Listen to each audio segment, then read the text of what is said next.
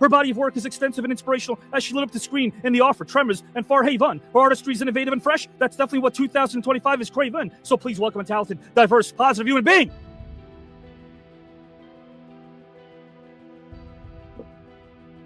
Last name O'Brien.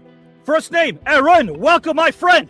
Hi, thank you. That was awesome. I appreciate you. No problem at all. You deserve it. I always tell everyone here that's part of this tournament, yourself, Jason, and Gene included, the easiest part for me is to come up with not only the accolades, but reminding people how amazing you guys are for sharing yourselves with everybody else, keeping people going. And I appreciate you for who you are and what you stand for, not to mention a champion of animal rights. I love that. Thank you. I appreciate you. That is so sweet. Would you like to win it all, Erin? Yes, and I want to take my 10 dogs to Greece and my husband. 10 dogs?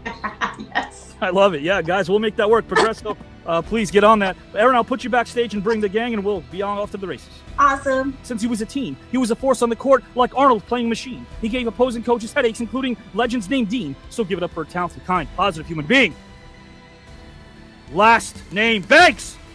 First name Gene. Welcome, my friend. How you doing? I can't believe you got any more air left in.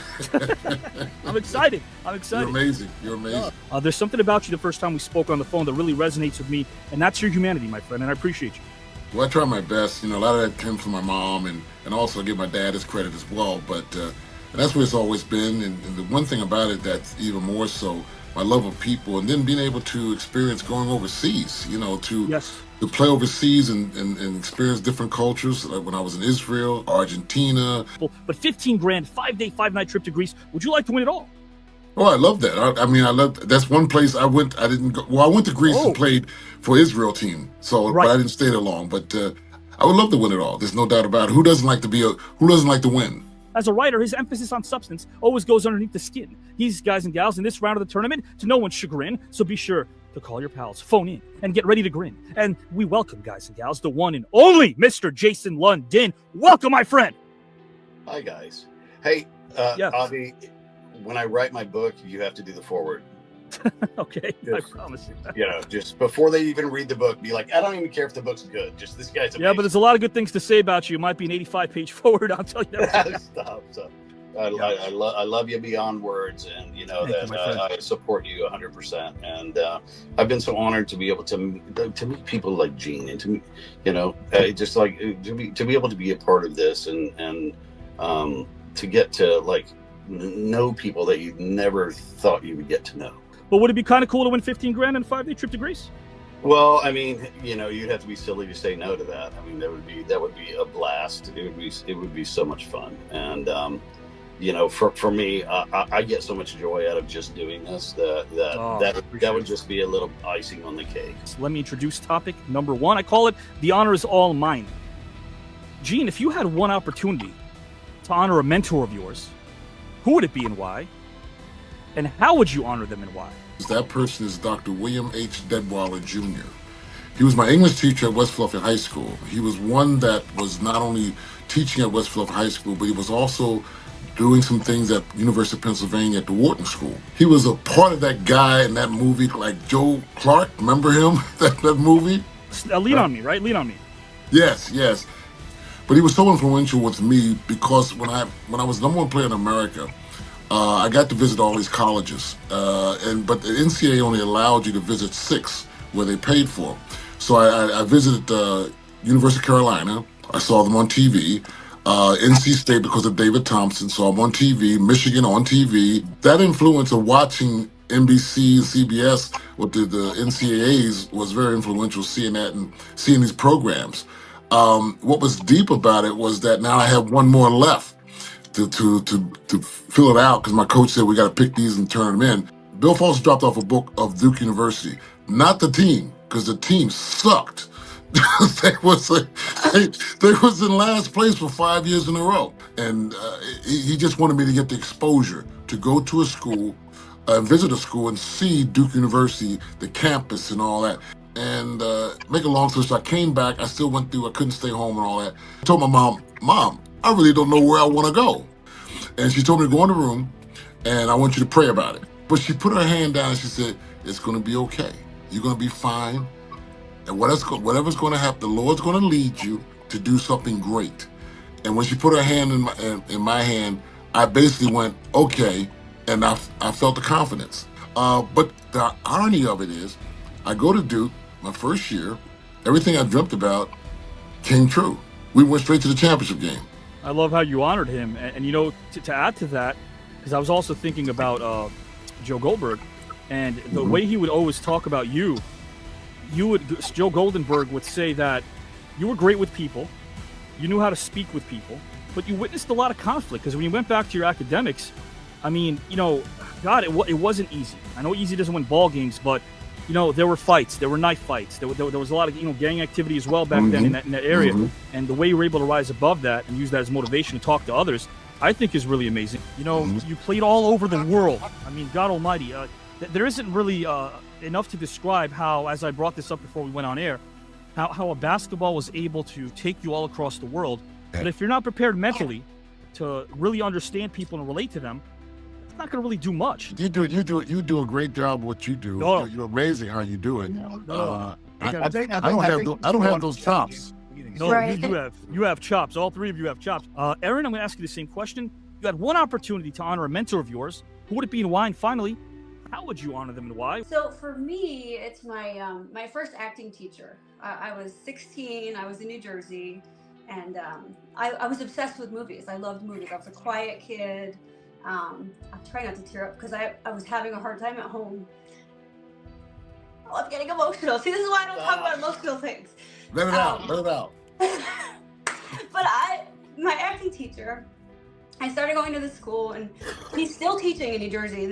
He teaches young kids, high school, middle school. But he was so supportive and so sweet and so loving that if he wasn't my teacher, I think I would have quit. This is the Let it first time out. I've ever cried on the show. No, this is awesome.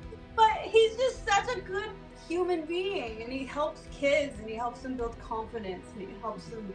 He's one of those teachers he doesn't point out your faults. He's just so encouraging, and I feel like kids need that. They need support, especially if they don't have it at home as much as they need it. I'm in awe of him because he's still doing that. Wow. He's such a good person. I think I'm emotional too because his mother just passed away, and I feel bad that he's going through that. Let us know his name again, Erin, if you can. Ralph Colombino, and he teaches at Actors Playground in Freehold, New Jersey. Well, that takes a lot of you to really Awesome. express yourself that way about him. And he has an invite here on the show anytime. Ralph, let He's me know. amazing. Do you respond better, Erin, to teachers or again, being a teacher and director, two different things, but do you respond better to people of authority who are maybe hard-nosed disciplinarians or those who are the opposite? Yeah, okay. I need kindness. I'm sensitive. I'm the sensitive one in my family. I've always been like that. Jason, same. Yeah. But have been situations where you guys have worked on set with directors that you might not have cared for because of how they treat other people? Yeah, like there was a director I worked with that was screaming at everybody. And I shut down when that happens, or I get kind of Jersey and I get pissed off. Like there's two sides to me. I'm very sensitive, I'm sweet, and I'm Jersey. Like, don't mess with me. And when somebody like a newbie comes in and tries to step on your shoes, like, and you know that you know more than they do, right? It's not only insulting. How do you not aggressively but assertively tell them to shove it up their ass? Yeah, take a hike, right? Yeah. Exactly. I know it's not black and white again, but do you respond better, or did you respond better as a player to the disciplinarian, or maybe the player's coach? I dealt with both of them. Yeah. At the time when we had, I think the kids now, they don't deal with the disciplinarian too much now. They got a lot more power and control now, and the parents behind them, they'll just switch a team. Back then, some of us needed that kind of discipline. So I enjoy that. But then when you do have somebody that just rubs you back in the back of your head and lets you do what who doesn't like that? Of course, yes. But I respect the discipline part of it because it does make you strip, and they test you. Jason, if you had one opportunity to honor a mentor of yours, who would it be and why? And finally, how would you honor them and why? Whenever you're ready, the floor is yours. But I have two. And the reason I have two is that the first one led to the second one. I don't know if you guys know, my father just passed away. days ago. Sorry. Thank you. But he was the one that, and you guys know that I have a twin brother, Jeremy, right? And so he's the star of Mallrats. I'm the star of Dazed and Confused. Blah, blah, blah. My father was the one that wrote poetry, and my father was the one that he sketched pictures when we were kids. He's the one that sort of sparked our love for creativity. Whenever there would be something that we loved, and he said, "Well, if another person did that, you're able to do that. You're a person. You can do that." So my dad was the one that sort of like really, spurned on our desire to kind of try new things. My first audition in my life happened to be for a movie called The Man in the Moon. One brother wanted to go to the audition. I drove him to the audition, and I didn't want to audition, but after like 2 hours of being there, I was like, okay, I'll try. And then I ended up getting the part. But so as this sort of trailer park kid that went on this audition, didn't really expect to do anything, but somehow I ended up getting the part. It led me to be able to meet the first director that I ever worked with. It was Robert Mulligan, who directed To Kill a Mockingbird.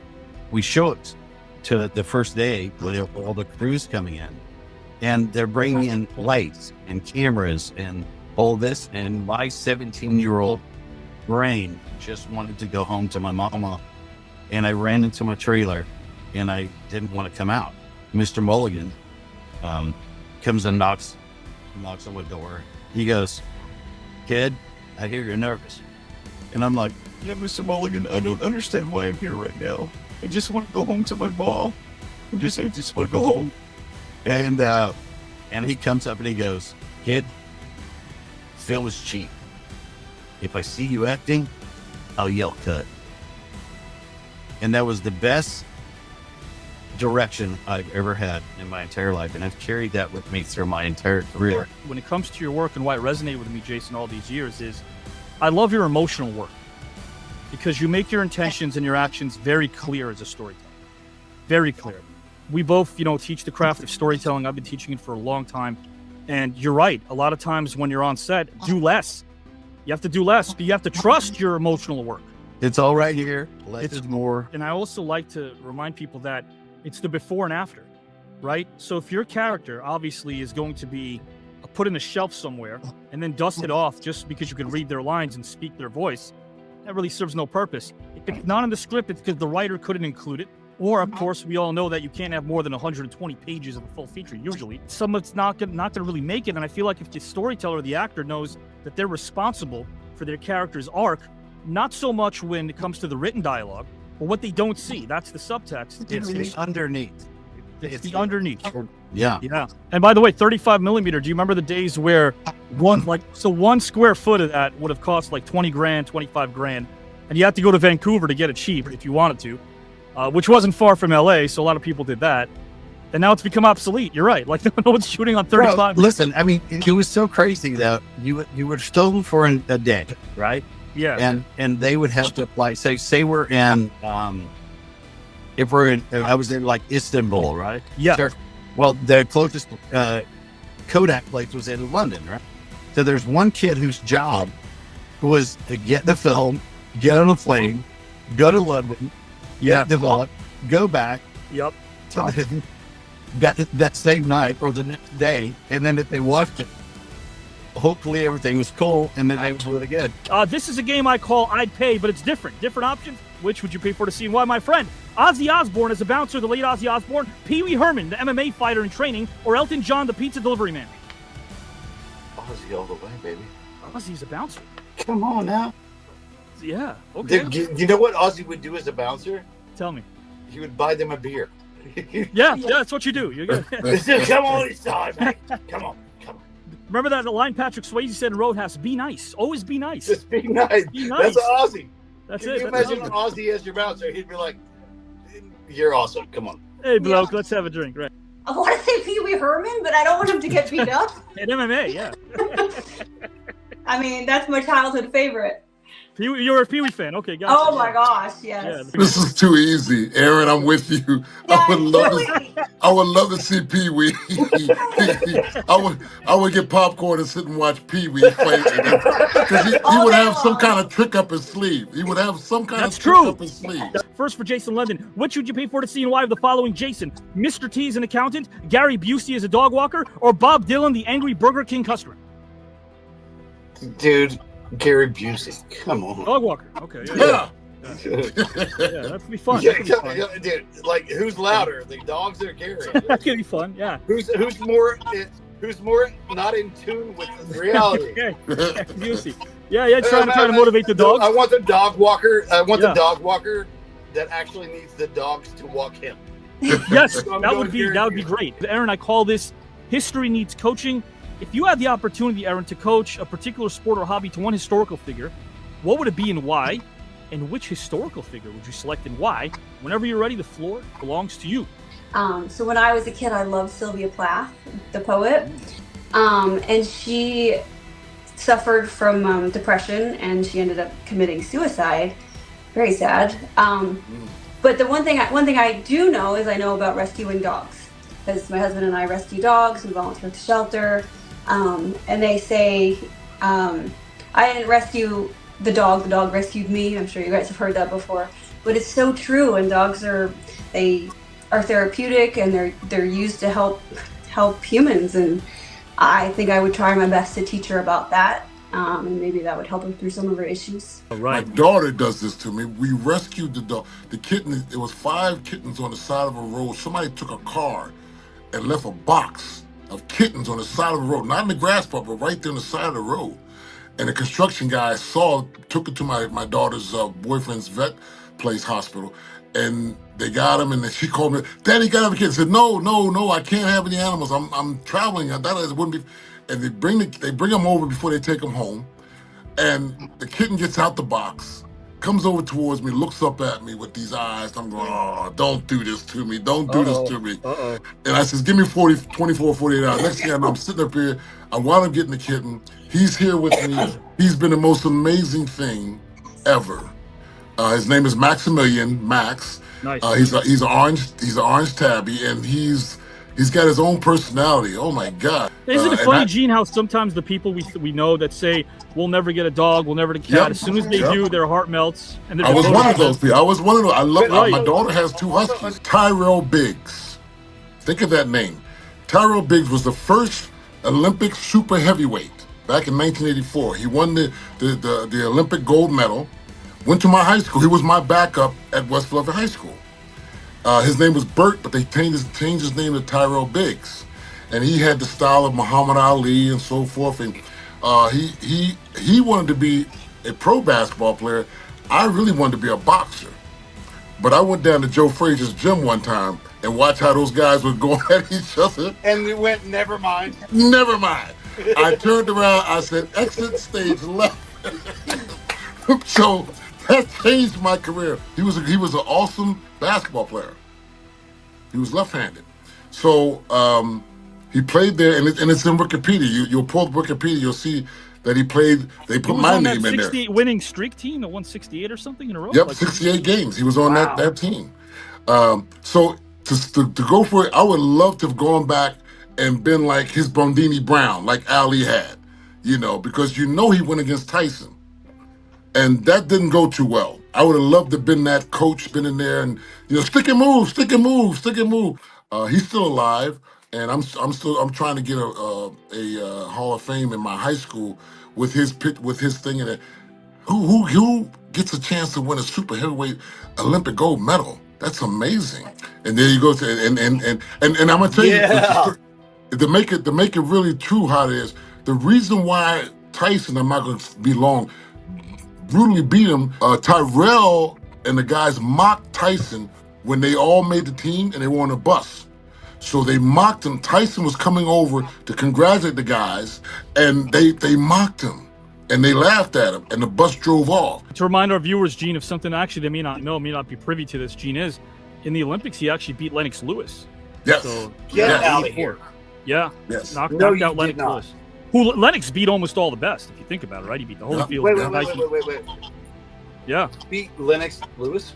Tyrell Biggs, yeah. He beat him in the quarterfinals of the Olympics. Quarterfinals, 84. Gene, who was the greatest athlete of all sports?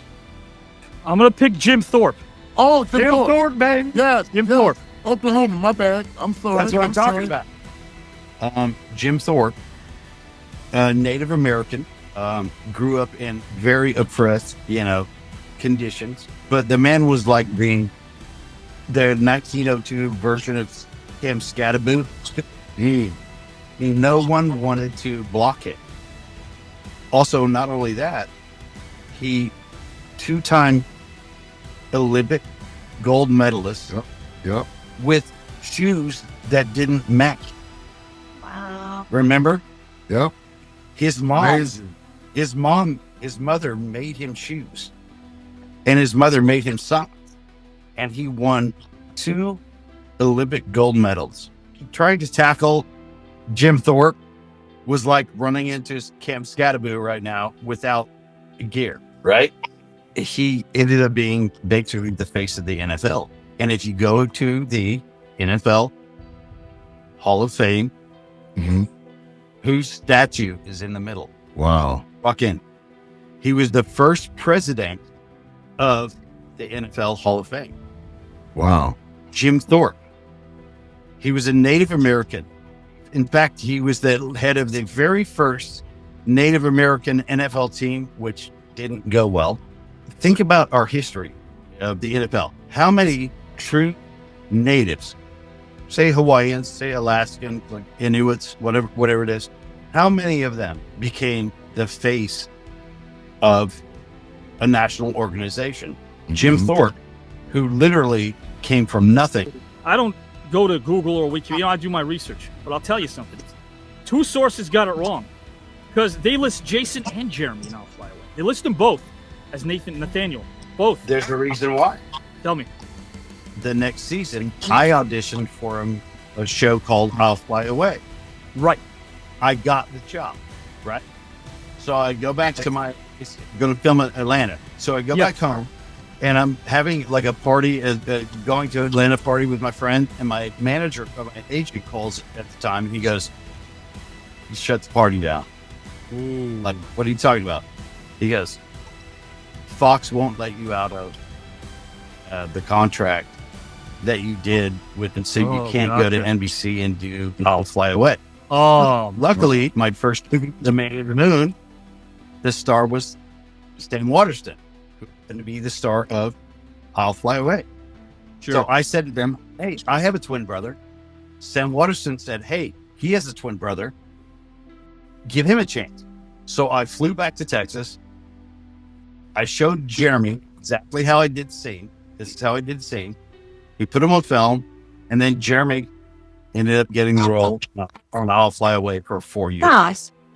Cool. After Cool. after it won 13 Emmy, Yeah. Uh-huh. Yeah.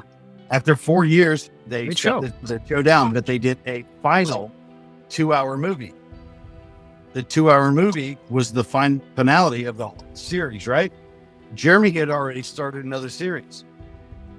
So they came back to me, the guy that got the part originally, Yeah. Yeah. and I got to play the exact same role that my twin brother would play in That's the last interesting. 2 hours. Wow. That is a really cool story. Absolutely.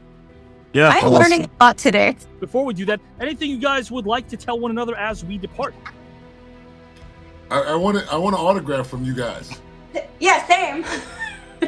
Like literally, you just set us up. Like you just set us up, Bobby. Oh, okay. I'll do that. I'll set it up. text the address.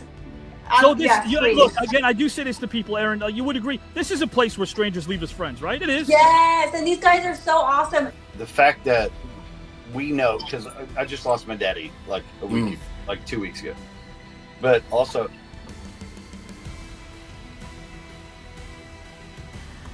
I know. It's you know what I'm saying. yeah.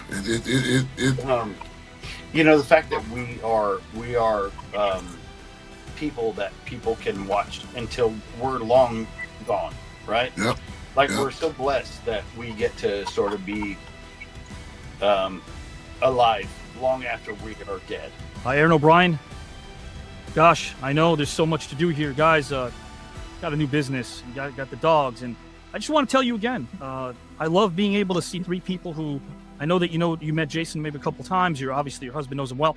To see three people like Eugene and Jason get along for the first time under this umbrella, that's why I do what I do. Like that's I would do this, and I have done this before sponsors and Prime. Who cares?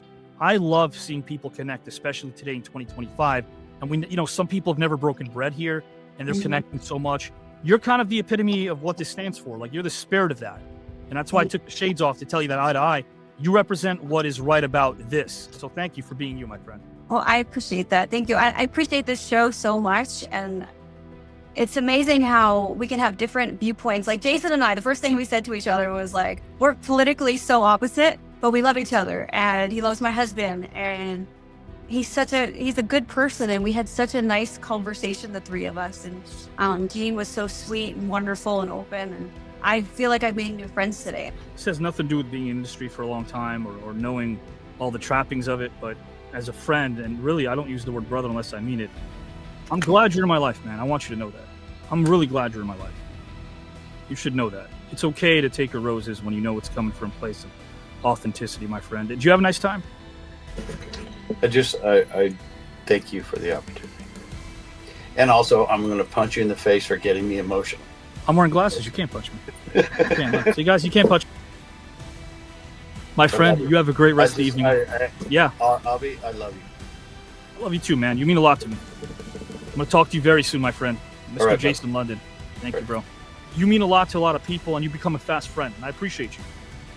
Well, one of the things about this show that's really intriguing is there was a lot of emotional energy, and it was good energy. I mean, I'm getting emotional just saying this now with what you did, Avi, with this. You could have had another person, and we probably would have connected, but not this today with London and Erin. It was powerful.